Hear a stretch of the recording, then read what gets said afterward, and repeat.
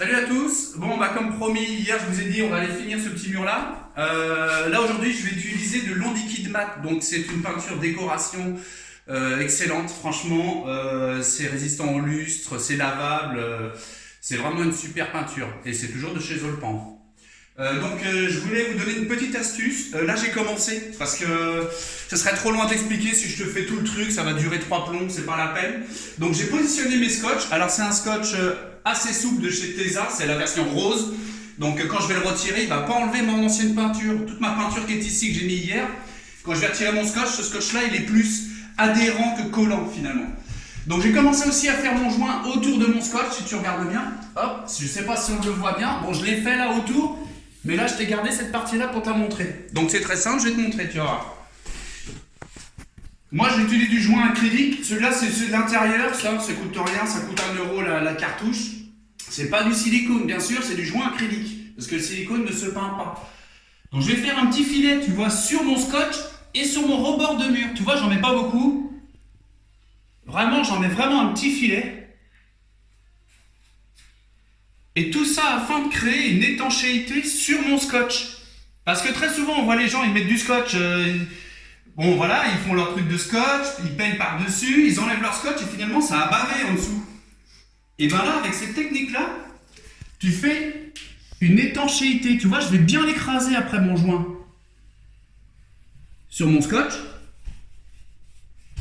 Hop. On va faire le haut aussi. Alors ça c'est un truc de pro, tu le dis à personne. Regarde, tu vois c'est vraiment un petit filet de joint que j'ai mis par-dessus. Et il fait la jonction entre mon mur et mon scotch. Bien sûr tu ne le mets pas là, parce que sinon tu vas en mettre sur ton mur tout propre, tout neuf. Une fois que tu as fait ça, c'est nickel.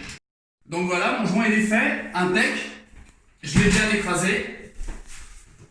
J'avais préparé ma peinture avant, bien sûr, elle est délayée, c'est la première couche. Pareil, j'ai mis à peu près 5% d'eau dedans.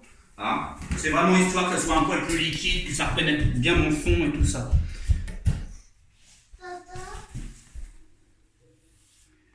Tu vois la petite technique? Je vais venir peindre avec mon pinceau maintenant sur mon joint et sur mon scotch. Voilà, tout simplement. Comme ça. Je vais venir dégager mon angle, tranquille ou bigoute. Alors normalement on fait tout le mur d'un coup, hein. Là je te montre simplement juste cette partie-là. Tu vois, je garnis bien. Et comme c'est un joint acrylique, il va sécher en même temps que ma peinture, tranquillou. Hop, on va monter là-haut.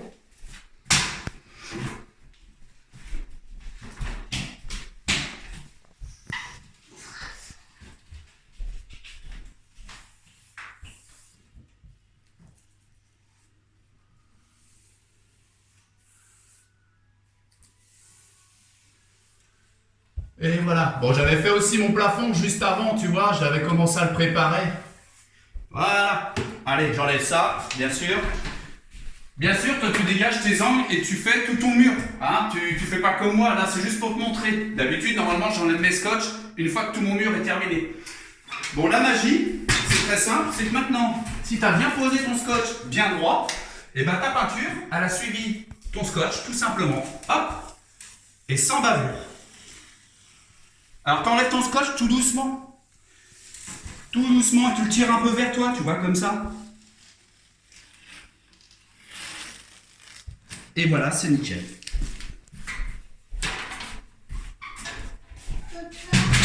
T'as plus à attendre que ça sèche et puis voilà. Donc là c'est la première couche. À la deuxième couche, bien sûr, je vais pas remettre de scotch, je vais pas refaire un joint. Je vais revenir peindre, mais juste un tout petit peu avant mon trait, tu vois. Donc voilà, bah écoute, ça y est, tu connais la petite technique du pro. Une petite dédicace à LJVS, mon Lolo, je te suis. Bah ouais, je suis aussi un bichon. Donc bah faites du bon boulot, puis à une prochaine. Ciao.